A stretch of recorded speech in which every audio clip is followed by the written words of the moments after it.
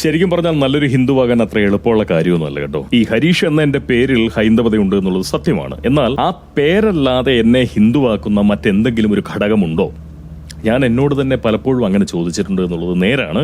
ഇല്ല, പേരല്ലാതെ, ഹരീഷ് എന്ന എൻ്റെ ഈ പേരല്ലാതെ മറ്റൊരു ഘടകവും എന്നെ ഹിന്ദുവാക്കുന്നില്ല. ഹിന്ദു ദമ്പതിമാരുടെ മകനായിട്ടാണ് പിറന്നത്. സ്വാഭാവികമായും എന്നെ ഹിന്ദു എന്ന് അടയാളപ്പെടുത്താം. പക്ഷേ സമൂഹം എന്നെ ഹിന്ദുവായിട്ടല്ല നായരായാണ് ഗണിച്ചതെന്ന് പലപ്പോഴും തോന്നിയിട്ടുണ്ട്. അതാണല്ലോ നാട്ടു നടപ്പും. പക്ഷെ അതിൽ അല്പം പ്രകൃതി വിരുദ്ധതയില്ലേ എന്ന് പണ്ടേ ഞാൻ ചിന്തിച്ചിരുന്നു. അതായത് മൃഗങ്ങൾക്കുണ്ടാവുന്നത് മൃഗവും പറവകൾക്കുണ്ടാവുന്നത് പറവയും ഉരകങ്ങൾക്കുണ്ടാവുന്നത് ഉരകവും ആണെങ്കിൽ മനുഷ്യർക്കുണ്ടാവുന്നത് മനുഷ്യനായല്ലേ മതിയാവൂ എന്നാണ് ഞാൻ ആലോചിച്ചത്. അല്ലെങ്കിൽ അല്പം കൂടി അങ്ങോട്ട് ഇടുങ്ങി ചിന്തിച്ചാൽ ഹിന്ദുവിനുണ്ടാവുന്നത് കുറഞ്ഞപക്ഷം ഹിന്ദുവെങ്കിലും ആകേണ്ടതല്ലേ? അങ്ങനെയാണ് ഞാൻ സംശയിച്ചത്. അമർന്നിരുന്ന് ആലോചിച്ചപ്പോൾ എനിക്കൊരു കാര്യം പിടികിട്ടി. നാട്ടുനടപ്പിലും കാര്യമുണ്ട്. മൃഗത്തിനുണ്ടാവുന്നത് മൃഗമാണെങ്കിലും മൃഗമെന്നാൽ ഒരൊറ്റ മൃഗമല്ലല്ലോ, അല്ലേ? ആനയ്ക്കുണ്ടാവുന്നത് ആന, ആടിനുണ്ടാവുന്നത് ആട്. ആനയും ആടും മൃഗമാണെങ്കിലും അവ രണ്ടും രണ്ട് ജാതി മൃഗങ്ങളാണ്, ശരിയല്ലേ? അതുപോലെ പറവയ്ക്കുണ്ടാവുന്നത് പറവയാണെങ്കിൽ പോലും പറവ എന്നാൽ ഒരൊറ്റ പറവയല്ലല്ലോ. കഴുകനുണ്ടാവുന്നത് കഴുകനും കോഴിക്കുണ്ടാവുന്നത് കോഴിയുമാണ്. കഴുകനും കോഴിയും പറവകളാണെങ്കിലും രണ്ടും രണ്ട് ജാതി പറവകളാണ്, ശരിയല്ലേ? അതേപോലെ തന്നെ ഉരകങ്ങൾക്കുണ്ടാവുന്നത് ഉരകമാണെങ്കിലും ഉരകം എന്നാൽ ഒരൊറ്റ ഉരകമല്ലല്ലോ, അല്ലേ? പാമ്പിനുണ്ടാവുന്നത് പാമ്പും പല്ലിക്കുണ്ടാവുന്നത് പല്ലിയുമാണ്. പാമ്പും പല്ലിയും ഉരകങ്ങളാണ് എങ്കിലും രണ്ടും രണ്ടു ജാതി ഉരകങ്ങളാണല്ലോ, അല്ലേ? ആ നിലയിൽ ചിന്തിച്ചാൽ മനുഷ്യനെ വെറും മനുഷ്യനായി ഒരൊറ്റ സമൂഹമായി കാണുന്നതിൽ സ്വല്പം പ്രകൃതി വിരുദ്ധതയുണ്ട്. ഈ മൃഗങ്ങളും പക്ഷികളും ഉരകങ്ങളുമൊക്കെ അവയുടെ രൂപപ്രകൃതം കൊണ്ടും സ്വഭാവ സവിശേഷതകൾ കൊണ്ടും തരം തിരിക്കപ്പെടുമ്പോൾ മനുഷ്യർ അവരുടെ ദൈവങ്ങളുടെ പേരിലാണ്, അല്ലെങ്കിൽ വിശ്വാസ നിലയുടെ അടിസ്ഥാനത്തിലാണ് പ്രധാനമായും ചേരിതിരിയുന്നത്. ഹിന്ദു, ക്രിസ്ത്യൻ, മുസ്ലിം ഇങ്ങനെയൊക്കെ ഉള്ളത് മനുഷ്യൻ എന്ന മതത്തിന്റെ വിവിധ ജാതികളാണ്. അവയ്ക്കെല്ലാം ധാരാളം ഉപജാതികളുമുണ്ട്, അല്ലേ? അതായത് ഈ പുലി മുതൽ പൂച്ച വരെയുള്ള ജീവികൾ ഒരു ജാതിയുടെ പല ഉപജാതികളാവുന്നത് പോലെ.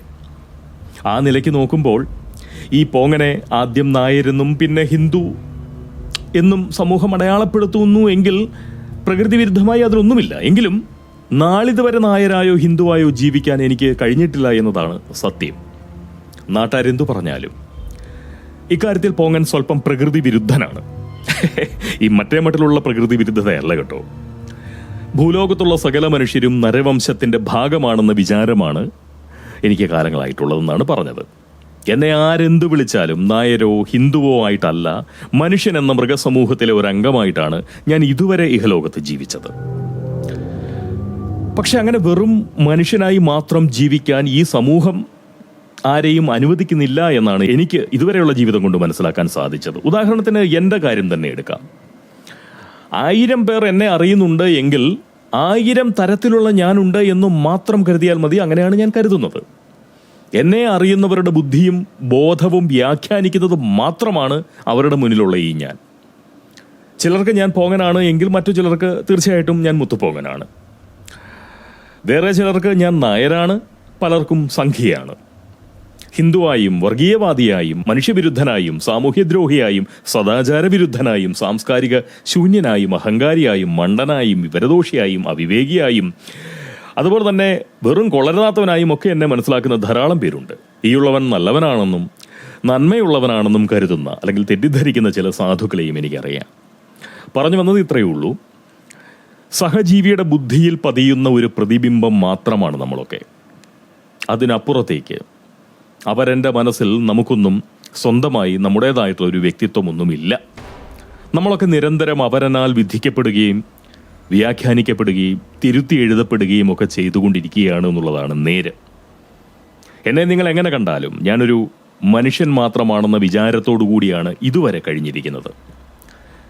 എന്നാൽ ഞാൻ വെറും മനുഷ്യനല്ല, ഹിന്ദുവാകാൻ വേണ്ടുന്ന ചില അടിസ്ഥാന ഗുണങ്ങൾ ഉള്ളിലുള്ള ഒരു മനുഷ്യനാണെന്ന സത്യം എന്നിലുണ്ടാക്കിയത് നമ്മുടെ നഫീസുമ്മയും ആരിഫ് ഹുസൈനും മറ്റുമൊക്കെയാണ്.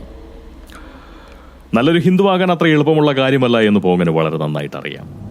ഒരു സാധാ മനുഷ്യന്റെ സംസ്കൃതീകരിക്കപ്പെട്ട സാമൂഹ്യ നാമമാണ് ഹിന്ദു എന്നത്. അപ്പോൾ അങ്ങനെയാണ് ഹിന്ദുവിനെ മനസ്സിലാക്കുന്നത്. ഹിന്ദു എന്നത് ഒരു മതമല്ല, മനോഭാവമാണ്.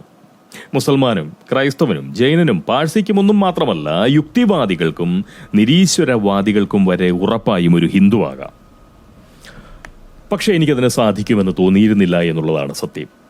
അത്ര കണ്ട് മാനവിക ബുദ്ധമായിട്ടുള്ള ഒരു മനോഭാവം എനിക്ക് അവകാശപ്പെടാൻ സാധിക്കില്ല എന്ന വിചാരം കൊണ്ടാണ് ഹിന്ദുവാകാതെ ഒരു സാധാ മനുഷ്യൻ മാത്രമായി ഞാൻ ഒതുങ്ങിയത്. എന്നാൽ ആരിഫും നഫീസുമ്മയും ഒക്കെ എന്നെ ബോധ്യപ്പെടുത്തുന്ന ഒരു സംഗതിയുണ്ട്. ഹൈന്ദവതയുടെ നിഴൽ വീണ് കിടക്കുന്ന ഒരു മനസ്സ് തീർത്തും പോങ്ങനാകുന്ന ഈ മനുഷ്യനിൽ ഉണ്ട് എന്ന് അവരെനിക്ക് പറയാതെ പറഞ്ഞു തരുന്നുണ്ട്. അതിനെപ്പറ്റി നാളെ പറയാം.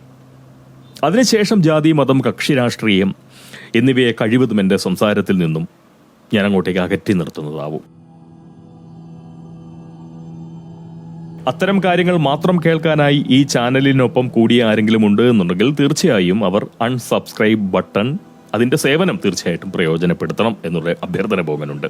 ഫലിതബുദ്ധിയോടെയും മാനവിക ബോധത്തോടെയും സാമൂഹ്യ കാര്യങ്ങൾ സംസാരിക്കാനേ എനിക്കിനി സാധിക്കൂ എന്നാണ് ഞാൻ വിചാരിക്കുന്നത്. കാരണം എത്ര ശ്രമിച്ചാലും മനുഷ്യൻ എന്നതിനും അപ്പുറത്തേക്ക് വളരാനുള്ള ത്രാണി എനിക്കില്ല.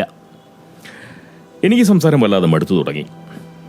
മതസ്ഥരുടെ കാര്യം മനുഷ്യനായിട്ടുള്ള ഞാൻ എന്തിനു പറയണം?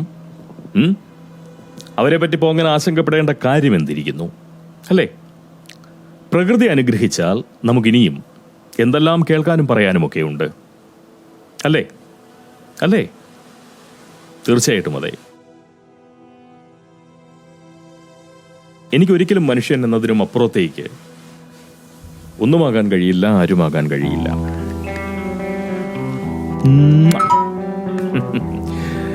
അടുത്ത വീഡിയോയിലൂടെ നമുക്ക് കാണാം, അടുത്ത സംസാരത്തിലൂടെ നമുക്ക് വീണ്ടും കേൾക്കാം.